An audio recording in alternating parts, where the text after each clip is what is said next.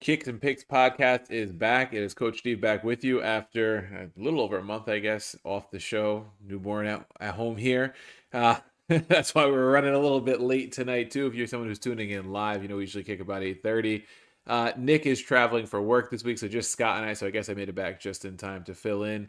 Yeah. Um, not Lots, the, yeah, I was I was going to gonna go say a ahead, lot has Scott. changed, Coach. I mean, the last Yeah. time you were on the pod, Lazio was sitting above Roma on the table. Roma was looking promising, but didn't know if it was gonna last. And here's Roma making a push for Yeah. Champions League, sitting well above Lazio at this point. With No, obviously a big after match. last weekend, Lazio is back up by two. Oh, Because they were level. They were level. Roma was up on tiebreaker, and then Roma drew. Lazio got a surprise win against Atalanta. So oh, that's right. not up on them right now, but after this weekend, they could be.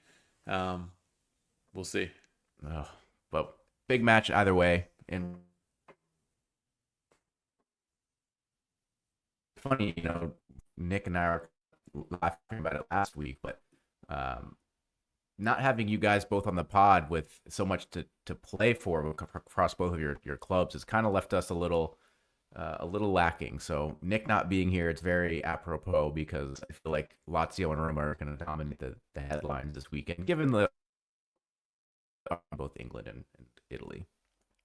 Yeah, it's disappointing that we're both not at the same time, especially with the Derby this weekend. It's a big one, biggest Derby in a while that I can remember because Champions League is somewhat in the balance for the two clubs. We'll see. I mean, there's other clubs involved too. Two of them play each other head to head as well this week in Bologna and Atalanta. We'll talk about them. Roma got a result against Juve last week, but one, a draw, not a win, but kept the unbeaten streak alive at 8. So I feel pretty good still. Look, the way Roma started the season, if they even finish top 5, I think that's an accomplishment. But just the fact that I'm able to somewhat get my hopes up for a run at the top 4 is at least makes the end of the season exciting for me. When earlier this season it was like, well, can't wait for this season to be over at some point. And I'm curious to see how Roma performs overall to close out against a very tough schedule, but without European football. The last got to be 4 years now. They've made deep European runs in the Europa Mm-hmm. League and Conference League. And that has certainly affected them in the league because of depth issues and things like that. So it'll be interesting to see if they can navigate this gauntlet of a schedule that they have to close out the season, maintaining form close to what they've been in over the last couple months now. Yeah. I mean, we'll save it for the end because, like I said, I think Yeah, that might be the big one. But I mean, maybe we kick things off. We got a little bit of Champions League action yeah, this weekend, or this weekend, this week. Couple eyebrow raising results, maybe is the best way to describe it. I don't want to call anything dead and dusted right now, but yeah. maybe if you're Barcelona, you're feeling pretty good about having your tie dead and dusted. I think they smoked Dortmund for nothing today. Dortmund, we know, likes to score and can score, but I think that's a bit of a hefty one to turn over. Yeah, I think 4 is just too many. If they had kept it to like 2 at the Camp Nou, then maybe they had a chance at home to, in front of their home fans, in front of the yellow wall to maybe make a surprise. This Dortmund side, I mean, the fact that they're in the quarterfinals this year with the way they're performing domestically was a bit of a surprise for me. I was surprised they even got past Sporting last round, honestly, because of their domestic form. I mean, they're scuffling like middle of the table, which is going to be weird not having them in Champions League next year because as long as I can recall, at least over the last decade, it's always been Bayern and Dortmund in the Champions League and with a couple other teams from Germany. So that aspect's interesting. This was kind of their last chance to keep those Champions League hopes alive for next season would be to win this tournament. I think they're done and dusted. I think that's the only one we can say is truly done and dusted. But the other team that's going to be feeling really good about themselves is Arsenal, right? I mean, that Yeah. was yesterday. We had that draw breaker token on DraftKings, the two of us, and when I saw Real Madrid at plus 255 or whatever it was, I'm like, that's a no brainer, right? It's Real Madrid in the Champions League. And it was just, I mean, I know they didn't score till the second half, but I was just tracking the game because I was at work. And then I heard the goals. I have Sirius in the car and Sirius broadcast the Champions League stuff. And I heard the first Declan Rice goal. And then I got out of the car at home just as I was getting home. And I go to check the text with you and Nick. And they're like, you're like, he did it again. I heard him lining up for it. I'm like, there's no way he's going to score another free kick. I'm just going to Yeah. head inside. The little ones are waiting for me.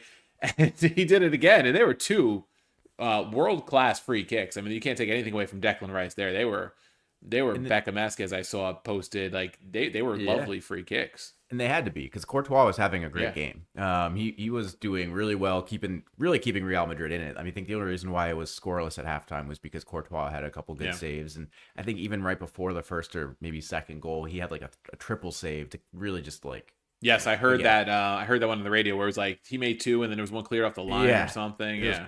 crazy. I mean the score line is not really fluky based off of what we saw Yeah. in the 90 minutes. Real Madrid, we always talk like Champions League, they tend to show up. Hmm. Whether their form in domestic league is good or bad, they're always going to be a consistent one. And I think when Nick and I were talking in the previous round, we gave out PSG at plus 1600 after the first game against Liverpool, and in Paris, and we said that was a good pick. We said Real Madrid at that point was probably decent because I think they were somewhere around like plus 700 or so. But now it's like, I don't know. It's never say never with Madrid. Ancelotti can turn miracles, I'm sure, but it's a really tough defeat to concede three. I know you get to go home. Liverpool obviously have famously turned around a 3-0 deficit at home in a similar stage of Champions League, but Roma.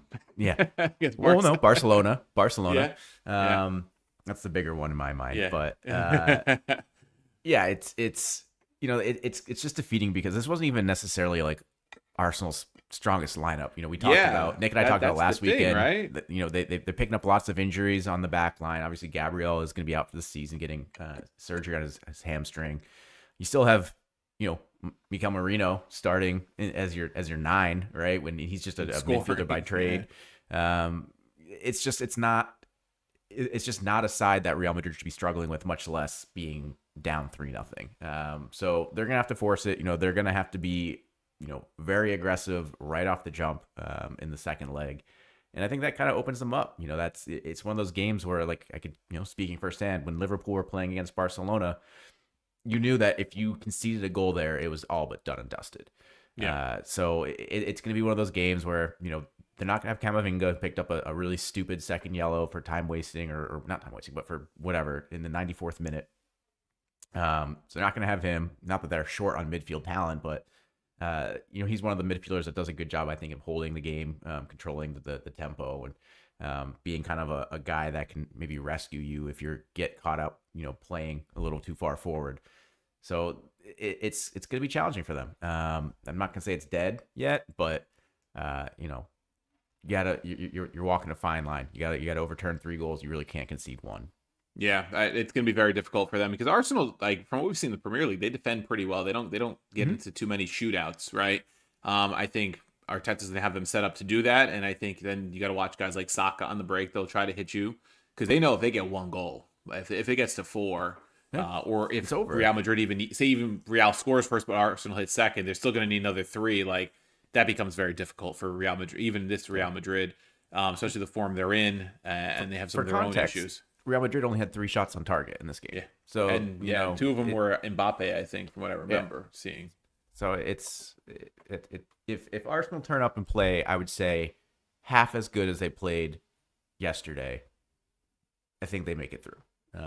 Real Madrid has to hope Arsenal shows up, and frankly, like Arsenal doesn't have a lot to play for in the league at this point. I know Liverpool just lost over the weekend, but this is really what they're focusing on. They're if they need to rest players on the weekend, they can. They don't really fucking care at this point, which we'll talk about because that's gonna be one of the games we preview in a couple minutes here. So yeah, that's a good point because Arsenal can rest players on the weekend. That's where they're at. They're safe in the top 4 to return to Champions League. And guess what? If Arsenal make a run deep into this tournament and maybe get to the final, Declan Rice might have just justified his 100 million pound price tag, whatever it was, when they brought him in a couple of years ago. With those 2 goals could propel them deep into this tournament. Inter, I had them in a parlay SGP yesterday. I sent it to you and Nick. It was Harry Kane shot, which was the easy leg because FanDuel doesn't restrict the DraftKings lay no more than minus 200 per leg. FanDuel doesn't do that. And then I had Inter double chance because I figured they would play for like a 1-1 result like they tend to do in these matches on the road, and under 3.5. And for a while, it was looking really, really good. And all of a sudden, I look at my phone late. I see Bayern score, and then I saw Frattesi scored, which I'm glad because I didn't want Inter to win as a Serie A fan. But that under 3.5 got really dicey at the end, so I patted myself on the back for not doing the under 2.5 like I originally considered. because I wasn't sure Inter would actually get 2 goals. I almost cut it at, it's going to be a 1-1 or a 0-0 or a 1-0 or something if they're going to get a result. Came through for me, felt good. The shame of it, I texted Nick separate, was like, if Inter had gotten the result against Parma on the weekend, I probably used the draw breaker token on them just because I would have felt pretty good about them playing against Bayern, to at least get a draw because of the style they play in matches like this. And I didn't do it because they blew a 2-0 lead to Parma on the weekend. And then, cost myself a plus 285 winner. So that was my one, I guess, thing that I was kicking myself for in the Champions League, because otherwise, today treated us well. Nick threw a couple parlays between PSG and Barca money line in, which is what I ended up playing with one of my boosts I had, and the other one was the over 1.5 team total parlay, which was a similar number. Both of those would have hit.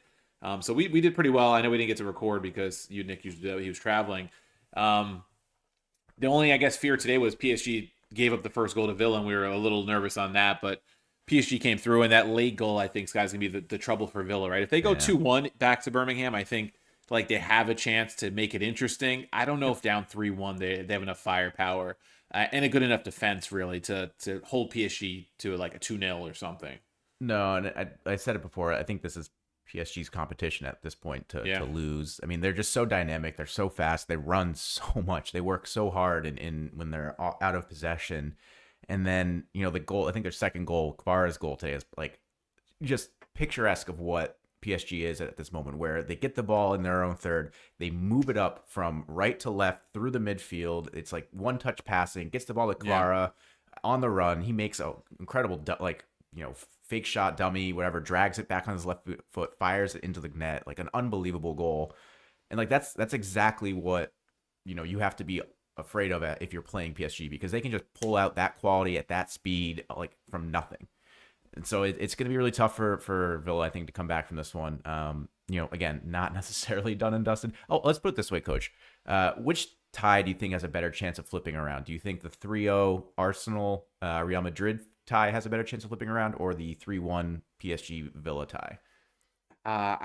Normally you go with Real Madrid, but because it's 3 goals versus 2 goals, and PSG has their own history of tripping up in this competition, I think I would lean Villa, maybe at home, maybe pull a surprise, maybe they catch PSG sleeping a little bit. I think Arsenal's too well managed right now at this point in terms of their organization and structure. From what we saw yesterday, they were able to dictate play in that match. I don't think either one happens, but I would just say the 2-goal deficit's a little more not easy to come back from, but doable, so to speak. But I don't think either one does it. And I was just looking at the knockout, and I realized that the next match for PSG would be Arsenal if these things hold. So basically, PSG's going to have to run through the Premier League three straight rounds. Yeah. And then would either get like a Bayern or an Inter or a Barcelona in the final. Yeah. Yeah, to me, I think it's going to be a PSG Barcelona clash, which will be good. I think that would be a very interesting match. Inter, if they can make it through, I think that would be 2 different styles of play. Them and Barca was going to say that'd be intriguing if they can defend well enough for that long against this Barcelona that can put up 4 goals so quickly like they did today, because they can hit you. Lautaro did it yesterday, right? They can hit you, but they're not going to go goal for goal with the Barcelona. They're going to have to defend very well, which is their strength for the most part, but. Can't count their chickens before they hatch, because Bayern is coming to the San Siro next week, and you can't count Bayern out in a 2-1 match either. That is certainly on paper the most intriguing second leg, just because of the scoreline. Yeah. So I don't know. I agree. I don't know that either of these are getting flipped around. If gun to my head, though, I think I still would have to go with Real Madrid. Just because they're at the very least, right?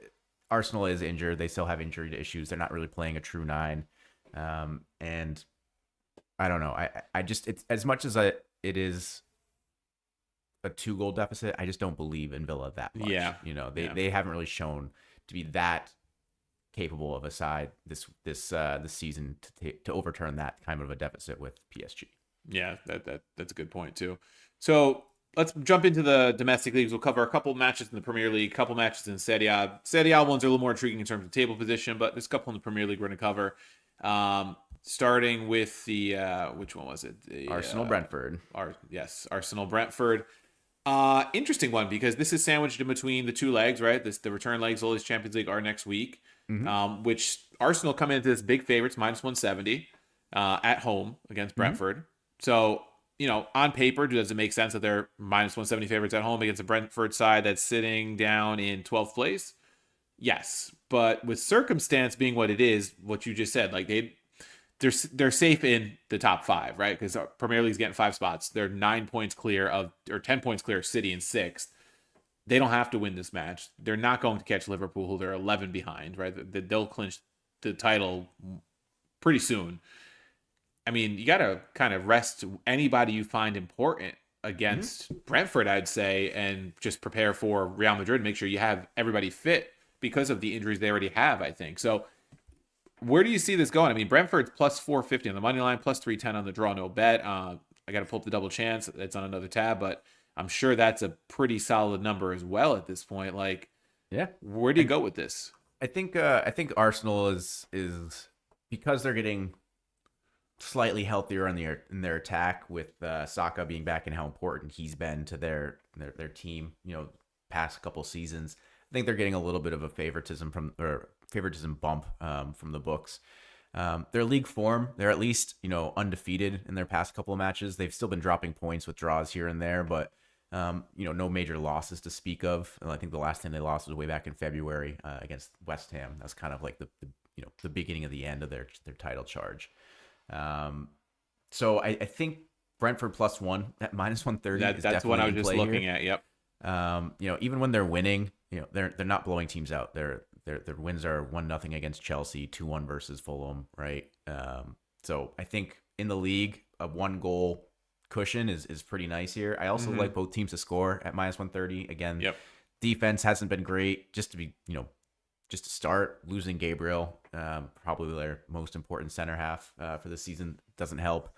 And we know Brentford likes to score. So I like both teams to score also at -130 in this one. I don't know that I would go so far to say I think this is a high scoring affair. Like, I don't think this is going to be like a 4 or 5 goal thing. You might get a two goal, from one of these teams, but I think those are my favorites right now. It's -130, not, huge payout, but I really like both picks. Brentford +1, it feels very safe to me.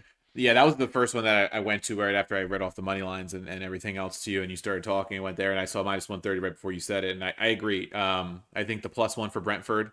They haven't lost by multiple goals since Tottenham back on February 2nd, which is about 8 match days ago. So they do keep it close. They generally tend to score for the most part. They scored on Arsenal the first time around in a 3-1 loss, and I think you're right. If Arsenal's up 1-0, or if it's 1-1 and it's getting late, and they're not going to push for anything unless there's some hungry sub who comes in. They call up some like younger player or something. I don't think many of these regular first team players, if they play, are going to go for it too hard and push anything that they don't need to push.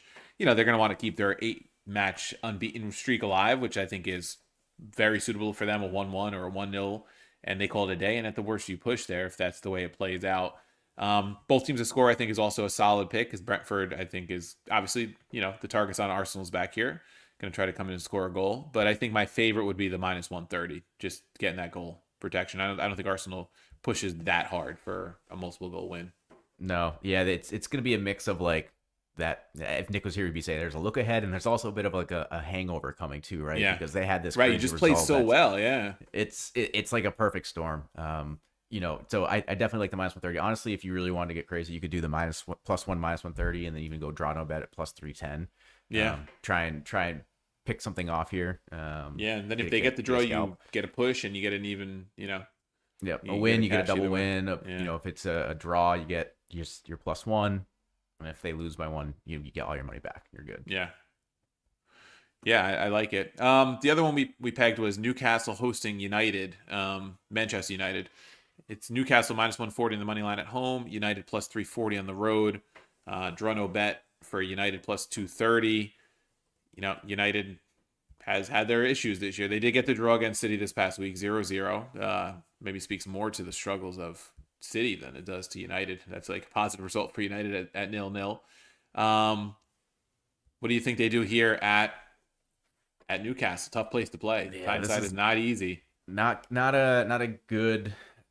I don't think United have a good chance here. Manchester United. This feels very much Newcastle. I think the play that I'm playing on this is going to be Newcastle money line and over 1.5 total. It's -105. Newcastle have scored 2 goals or more in 4 of their last 5 meetings against Manchester United. So I think they can get there on their own. Their team total over 1.5 is -170, just to give you a little context. So Yeah. I think there's going to be a couple Newcastle goals in this. I don't know. Maybe United can get one, but it's not going to be enough by any means. So I think the right way to attack this is kind of doing one of those same game parlays with Newcastle winning and getting at least over 1.5. If you want to go over 2.5, by all means, but -105 is a solid number for me. Yeah, I think that's a solid one. I also don't mind Newcastle first half as another maybe a small play at +115. They hit them twice early in the reverse leg in a 2-0 win at Old Trafford. Like you said, they score multiple goals often.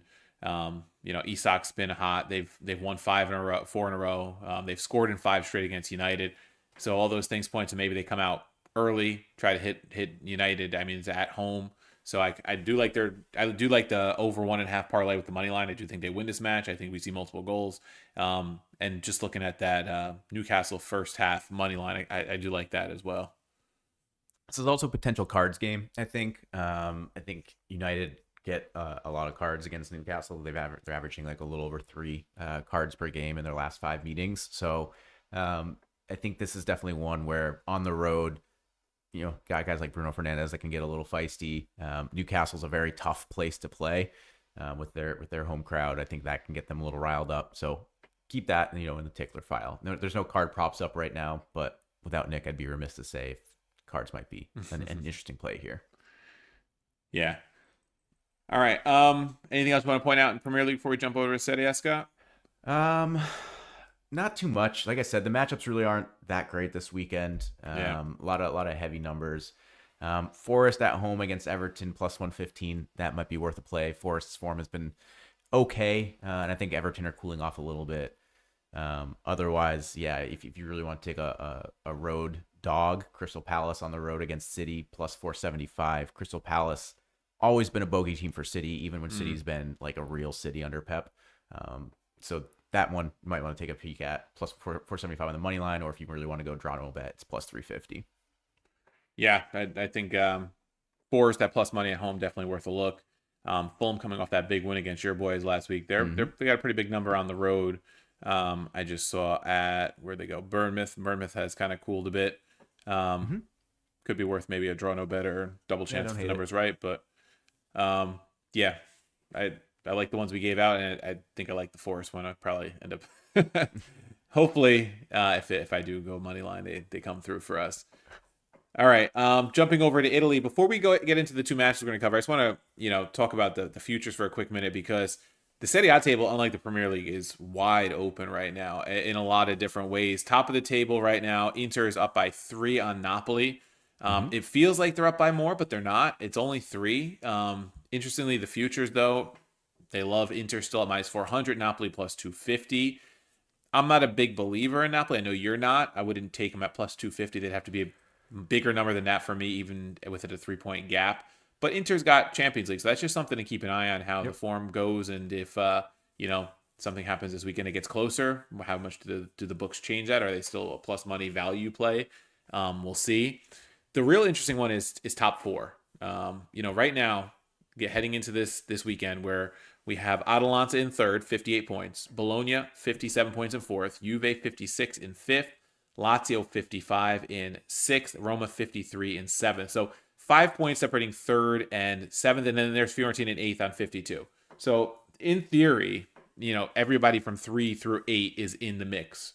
Is Fiorentina? I don't know. We'll see. They're still juggling Conference League too. I just don't know if they're that good enough. But they're hanging around. Roma's hanging around with their late charge here. The derby's gonna be huge this weekend. But just to go through the future numbers real quick, Atalanta is a huge favorite still to hold on to their spot at -650. That could change, I think, drastically if they lose this weekend against Bologna. Juve, the other favorite, at -200. Then you have Bologna +250, Lazio +350, Fiorentina, Roma both +1600.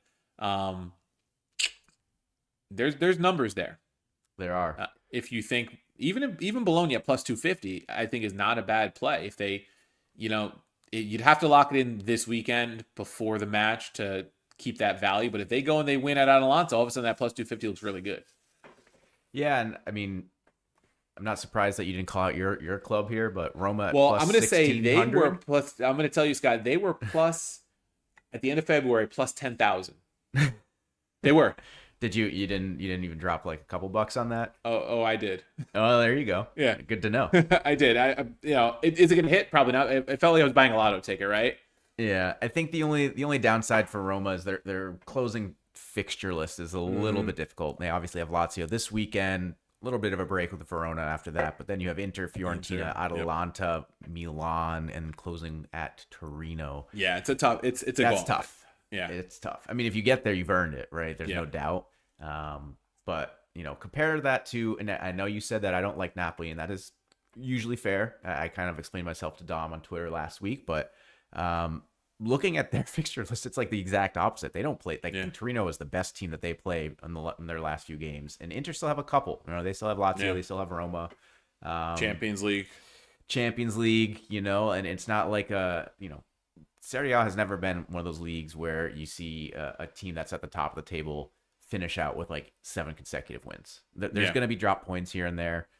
Napoli, if they can just take care of business, there's fixture list. It's not hard. Let me pull it up because I read it off to you guys earlier, but it's Napoli play Empoli, and they play Monza, and then Torino, Lecce, Genoa, Parma, and Calgary. Yeah. I mean, the only thing that I could see getting in their way is if Lecce and Parma are really desperate. Maybe they can nick a point off them because those two are fighting relegation. Empoli's the same kind of boat. But Napoli should, in theory, handle all those fixtures pretty easily. Maybe Torino, can fight them a little bit. But yeah, I should have looked at the fixture list before I said I didn't believe, because that is a cupcake fixture list as they use in college sports here in the U.S. when a team plays like a much smaller school that's much overmatched. Like that's Strength what it feels schedule, like. Very weak. Very weak. And again, like for me, it's just they just have to take care of business. There's no like crazy results they have to get. And honestly, I think even with a slip up against one of these relegation clubs on the road, I think it's still very doable. Like I don't think Inter are going to run through this table with whatever. What time do you get matches left? 8. They're not going to go 7 wins and a draw. There's going to be a couple losses here, maybe a draw there, here and there. So it's very much, I think, in grasp for Napoli. But if Inter run that table and they do it, then they've earned it. So tip your cap. Yeah, it's not a bad point. Maybe the plus 250 is worth a play if you believe in Napoli, just because of the fixture list. I think the same with Bologna at plus 250 is a solid play, because if things go right for them this weekend, I think you see that drop drastically. Now, if it goes wrong, you're probably making a donation to the book at that point. But with 2 top 4 spots open, it becomes very, very doable for some of these sides. And the relegation battle, Monza is not even listed here to be relegated. I think they might officially be relegated already. Venezia is minus 500. Those two are pretty much guaranteed to go down. Monza is on 12 points with 7 matches left, or 15 points. So the most they could get is another 21 points. So yeah, that's why the books aren't even listing them, because they'd have to make up a big gap against a bunch of teams. Venezia is on 21, Empoli 24, Lecce 26, Parma 27, Cagliari 30. The books have it as Venezia minus 500. Then it's plus money and everybody else to be relegated. Lecce is even money. Parma's plus 150. Empoli is plus 150. Cagliari's plus 2,200, and so on and so forth with some of the other sides that are not officially, clear, but for all intents and purposes are.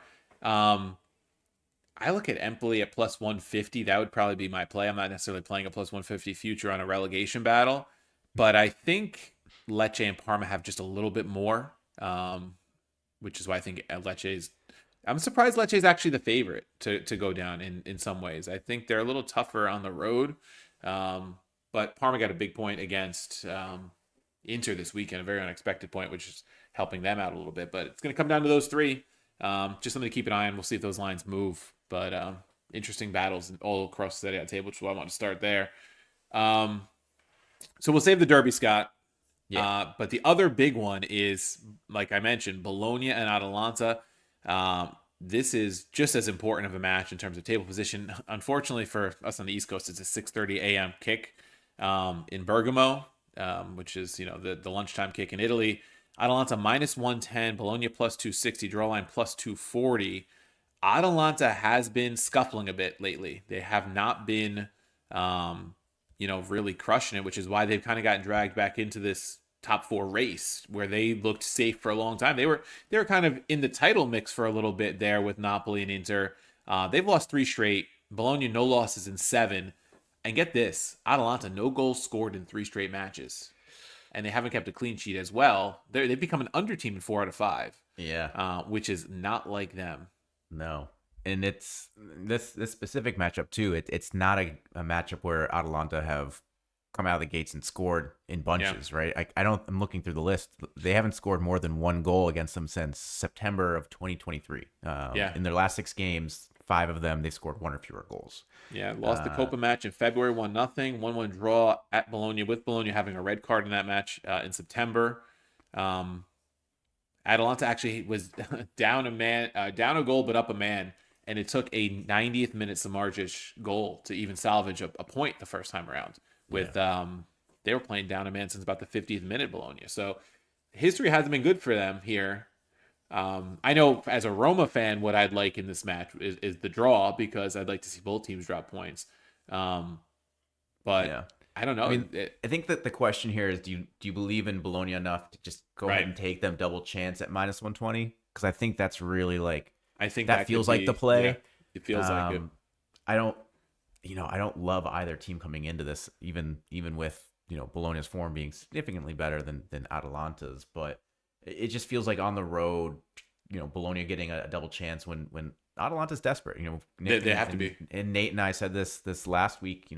Atalanta, we thought that was gonna be a bounce back week for them, for Lazio, where Lazio felt more of like a spiral. I was wrong. Lazio managed to kind of right the ship a little bit, and Atalanta continue to bounce or continue to go down.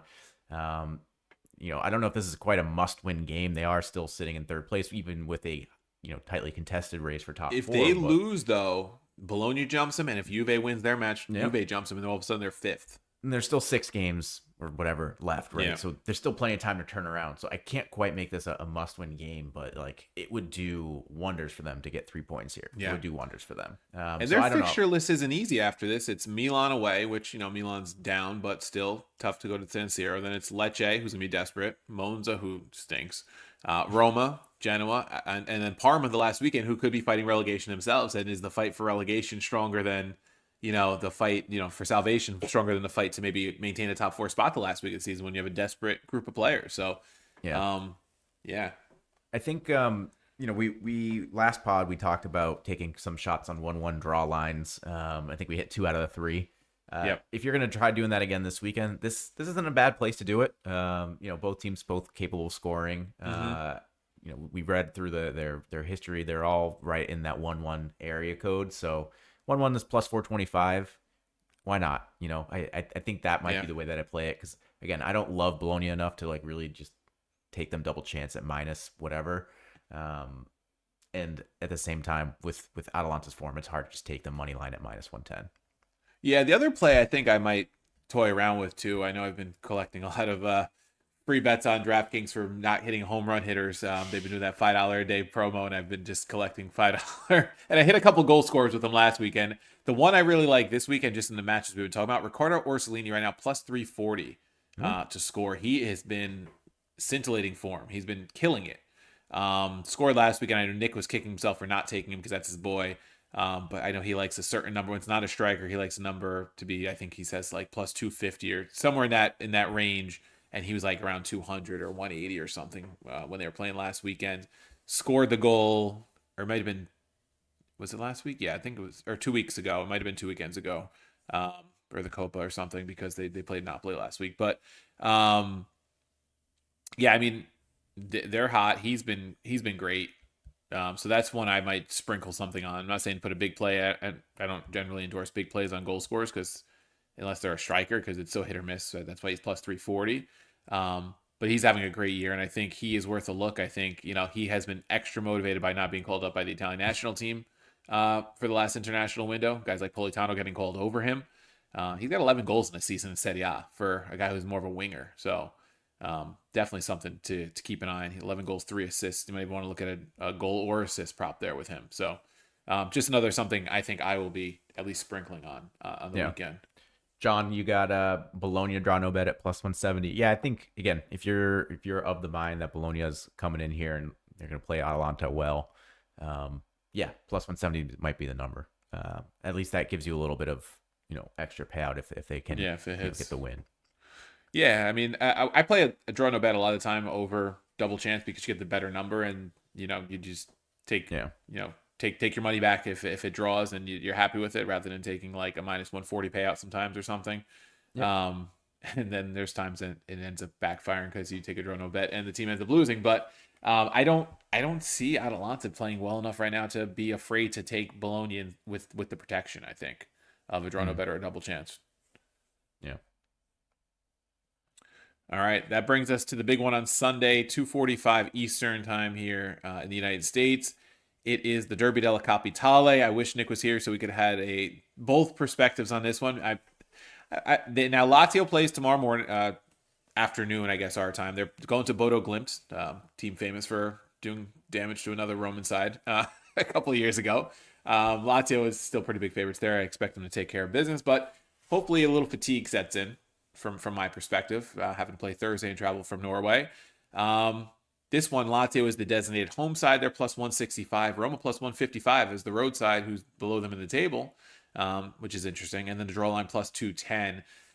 The Derby is always unpredictable, as most derbies can tend to be. And, Roma took care of business the first time around when they were in terrible form. So this time, Lazio comes in with a big win last week against Atalanta. Very unexpected. But at the same time, they've been scuffling a little bit more compared to Roma of late. So it adds that dynamic. And Roma's won back-to-back derbies. I was saying this on the Roma pod I'm on. Like, no team's won 3 in a row. I was scrolling back. It's been a while since anybody won 3 derbies in a row.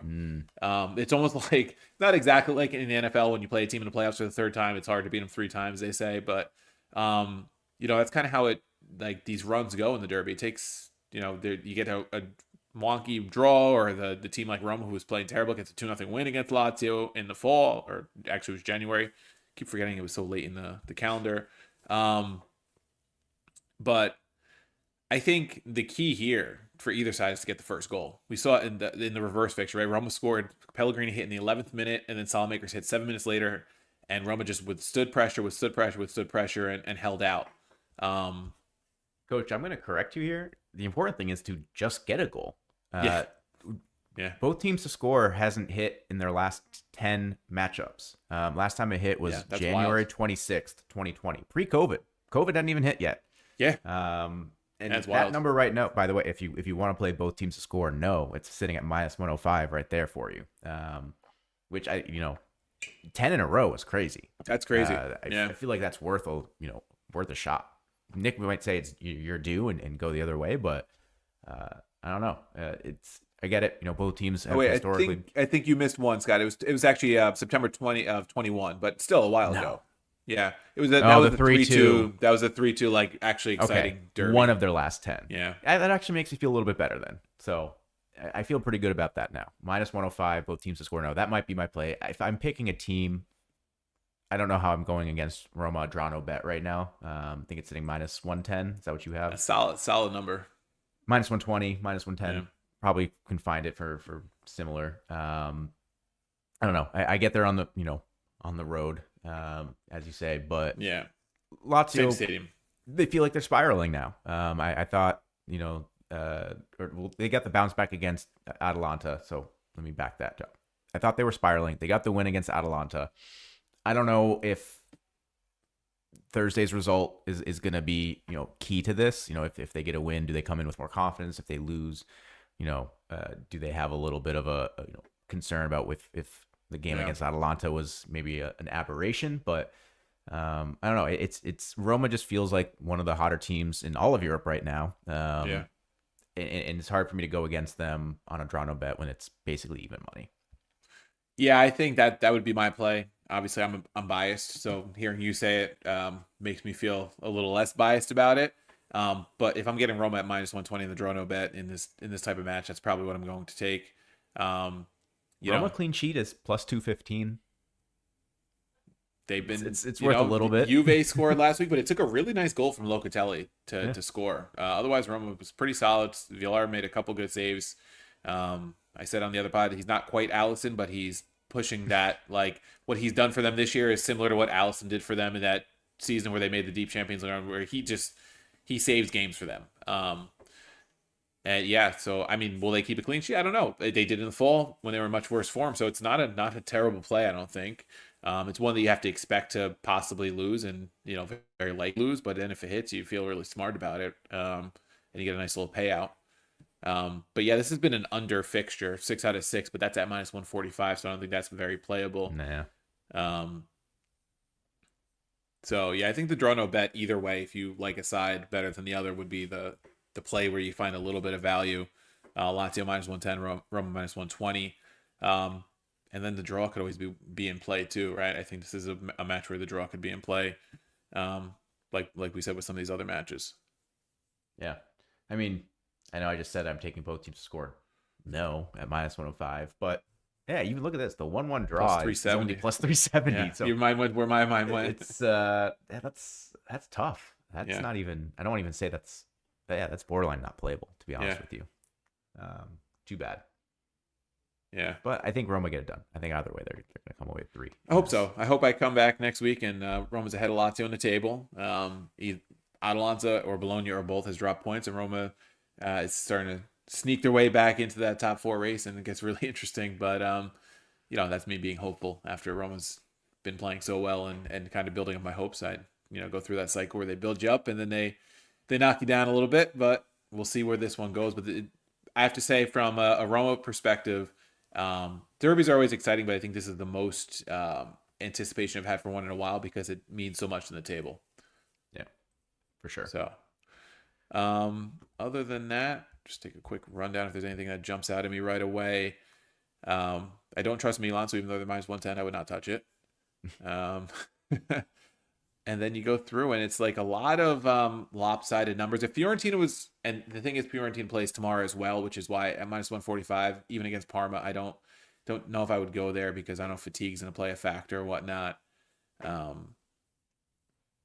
There's nothing, not much. nothing jumps out at me. Just going through the quick money lines and stuff. You have to look at some totals, get creative, maybe see if there's a goal score that jumps out. But Nick's not here. I think Nick would take Como -110 at home against Torino. I feel like that would be a very Nick-like pick. So yeah, we'll say that was what I would. I just want to see real quick. What is the over line in this Milan match? Is -120 for the over on Friday at Udinese. Udinese can score at times. I would not mind that over there possibly.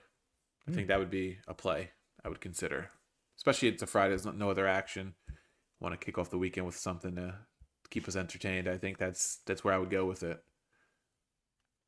All right. Yeah. All right. So thanks for joining us. Good to be back here. And hopefully we gave out some winners. Last week, I listened to the episode. You guys killed it. Gave out a lot of winners. Nate did too. And we're going to try to do the same here. So thanks for listening. We'll catch you guys next week.